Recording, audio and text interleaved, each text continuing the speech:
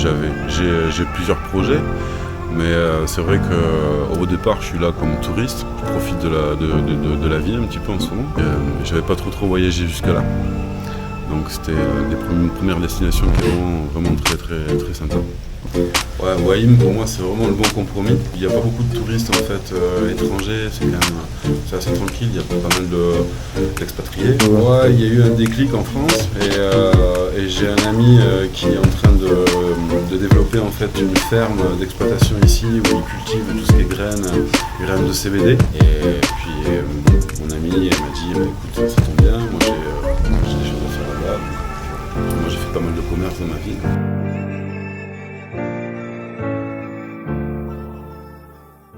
Alors salut à tous, aujourd'hui on est avec Xavier. Salut. Comment tu vas Xavier? Je vais très bien, je te remercie. La forme? Comment ça pleuvoir un peu. Du coup tu viens d'où Xavier? Moi j'habite à côté de Toulouse, dans le sud de la France. D'accord. Bon bah petit coucou à tous les gens du sud. Salut les Toulousains. Et petite question classique, t'es là depuis quand Xavier? Moi je suis arrivé fin juillet. Ouais. À Bangkok, après j'ai bougé un petit peu sur Chiang Mai, j'ai visité un petit peu le nord de la Thaïlande, je suis allé au Laos aussi. Ouais. Après je suis redescendu vers le sud où il fait un petit peu meilleur à vivre que dans le nord en ce moment. Ouais, t'as préféré le sud? Ouais, j'avais bien envie de profiter un peu du soleil thaïlandais quoi, Ah, tu veux parler par rapport à la mousson et ouais. Par rapport au climat, ouais. C'est vrai que là-haut, dans le nord, il pleut énormément. Ouais. Et c'est assez impressionnant les pluies qu'il y a. Ouais, bah ouais, il faut savoir que là on est fin septembre, donc on est en pleine période de mousson. Donc ouais, c'est sûr que c'est un peu compliqué là-bas parfois. Ouais, voilà. Et du coup alors c'est comment que ça se passe? T'es là en tant que touriste, en tant que tu viens t'installer, comment que ça? Eh bien en fait j'ai plusieurs projets. Mais c'est vrai qu'au départ je suis là comme touriste, je profite de la vie un petit peu en ce moment, ouais. Parce que j'en ai bien envie. Ouais.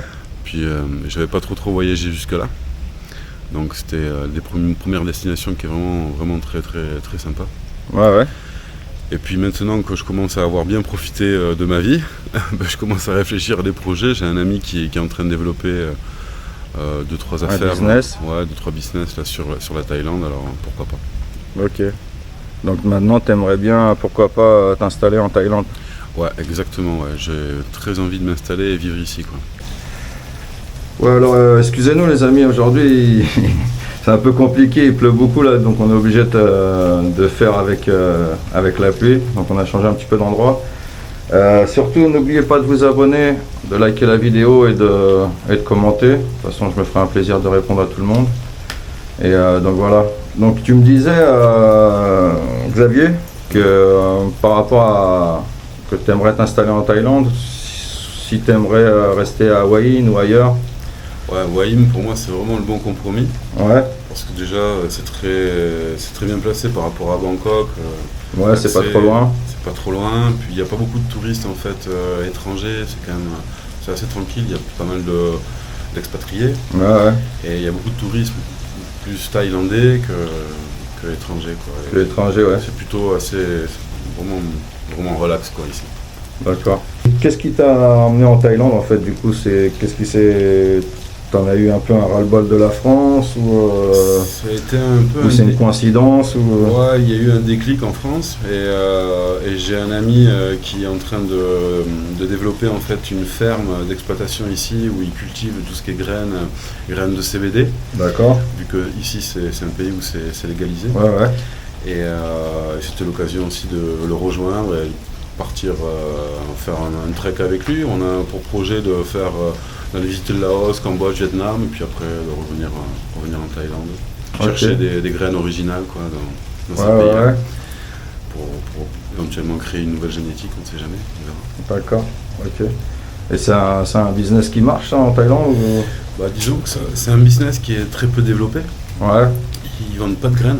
D'accord. Tu peux pas trouver de graines, ou c'est rare. Il n'y a qu'un endroit où tu peux vraiment acheter des graines, c'est à Bangkok. Et dans les shops ici qui ont poussé à une vitesse... ouais, il y en a un peu partout maintenant, ouais. Et ils ont pas la culture de vendre de la graine. Ils vendent que les plantes ou que que des clones, quoi. En fait, c'est des Ouais. clones. Donc en fait, déjà, ils parlent de clones, donc la plante, déjà, elle est stressée. Donc à la sortie, tu as une herbe qui est quand même un peu moins bonne que si tu pars d'une graine. Donc bon, après, il faut leur expliquer ça. Il y a tout un travail à faire, quoi. C'est sûr que les meilleurs fermiers aujourd'hui, les meilleurs fermiers qui ont la meilleure herbe aujourd'hui, c'est ceux qui parlent de graines, quoi. Ça, c'est sûr. Ok, d'accord. Mais sinon, donc c'était vraiment une coïncidence. Tu es venu en fait en vacances et. Ouais, au départ, c'était un déclic. C'était en vacances, j'avais envie de vraiment prendre l'air et voyager. Ouais. Et puis mon ami m'a dit, bah, écoute, ça tombe bien, moi j'ai des choses à faire là-bas. Donc, voilà. Puis moi j'ai fait pas mal de commerce dans ma vie, donc pourquoi pas. Pour l'instant, j'ai pas le droit de travailler en Thaïlande, mais à l'avenir, j'espère avoir le droit de le faire, quoi. D'accord. Ouais, donc tu as eu un petit peu, arrivé sur place, ça t'a plu, tu as eu un peu un coup de cœur. C'était le déclic. En fait, au départ, je devais continuer mon voyage. En fait, j'avais prévu de venir en Thaïlande, faire un trek avec mon ami vers le Laos, Cambodge, Vietnam, et puis ensuite redescendre vers le sud, Indonésie, puis pourquoi pas encore continuer. Je ne savais pas vraiment où j'allais m'arrêter. Ouais. Et en fait, je suis arrivé en Thaïlande et je suis tombé vraiment, on va dire, amoureux de la Thaïlande. C'est un pays magnifique. Les gens ils ont un sourire, un regard qui est... Tu peux passer à côté, quoi, c'est pas possible. Okay. Donc je pense que je vais venir m'installer, vivre ici et faire en sorte de pouvoir continuer à vivre ici. Ah bah, je te comprends, c'est clair. Et du coup, qu'est-ce qui t'a plu? Est-ce que tu as des choses qui t'ont, on va dire, pas choqué, mais qui t'ont séduite? Ouais, voilà, qui t'ont séduite, exactement. Ouais, la simplicité de la vie, en fait. La simplicité des choses. C'est tellement simple de vivre ici. Ils font la cuisine dans la rue. Tout est simple, quoi. Tout est très simple. Une espèce de sensation de liberté, un peu. Ouais, il y a une sensation exactement de liberté, de pouvoir faire ce que tu veux dans un cadre qui est magnifique, idyllique, même si aujourd'hui, enfin, la saison n'est pas au top, mais c'est comme ça. Mais donc il y a plein de choses qui font qui m'ont séduite, ouais. Et c'est incroyable, quoi. Et les femmes, est-ce qu'elles t'ont séduite, les femmes thaïlandaises? Évidemment, c'est clair. Elles sont très, très, très, très séduisantes avec leur sourire magnifique, leur regard et tout. Tu peux pas passer à côté non plus, c'est pas possible. Ouais. Ou alors t'es aveugle, c'est clair. Et leur personnalité, qu'est-ce qui est... Ça n'a rien à voir avec même des amis que j'ai pu avoir en France. Ne serait-ce que s'il y a par exemple un problème à régler, elles sont toujours très calmes, elles font les choses très calmement. C'est toujours dans la discussion, dans le partage. Donc, c'est quand même, il y a un état d'esprit qui fait que c'est relaxant, c'est reposant. T'es pas confronté toujours à te bagarrer ou avoir. En règle générale, moi c'est ce que j'ai pas besoin d'aller au conflit, quoi. Il y a très peu de conflits, quoi.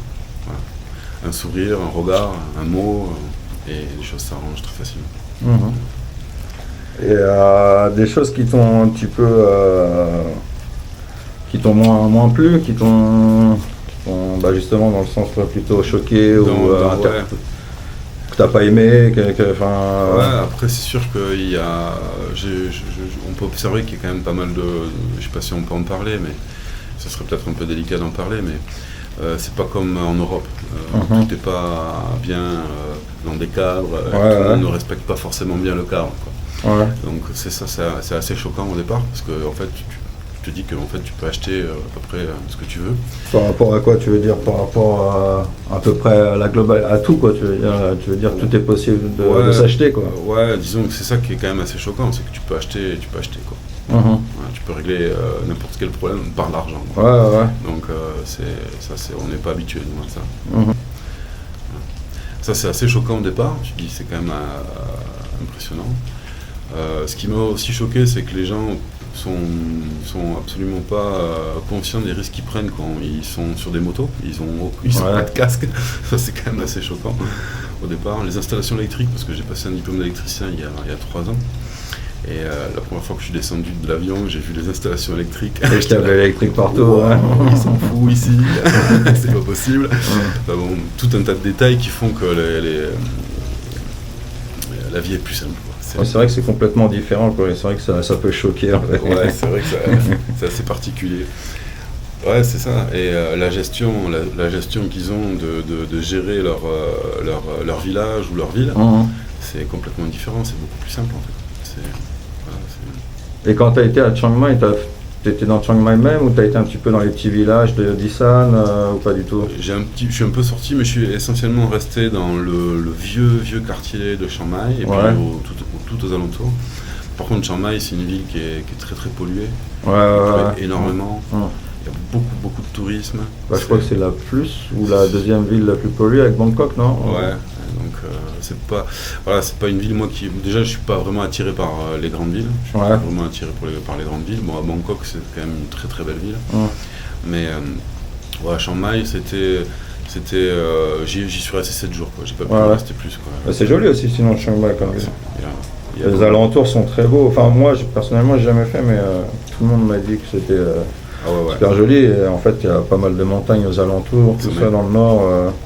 C'est magnifique. Il y a des beaux coins, quoi. Ouais, c'est vraiment magnifique. C'est sûr que dès que tu sors de la ville, après tu rencontres des gens qui vivent plus simplement dans les villages. Et là, c'est quand même beaucoup plus agréable, quoi. Il y a des grands sourires, tu discutes avec tout le monde, tout le monde est content de te recevoir. Du coup, justement, qu'est-ce que tu as pensé de ça, de la culture thaïlandaise, de la convivialité thaïlandaise? Du changement de... Parce que bon, on n'a pas du tout la même culture, la même façon de vivre. Qu'est-ce que tu as pensé justement de ce décalage de cette proximité entre humains, quoi.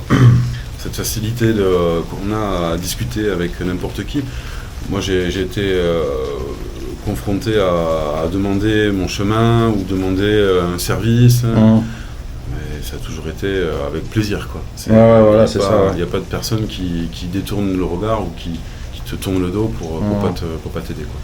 Tu lui demandes l'heure, à quelle heure elle est, il ne te répond pas, il se barre, comme en France.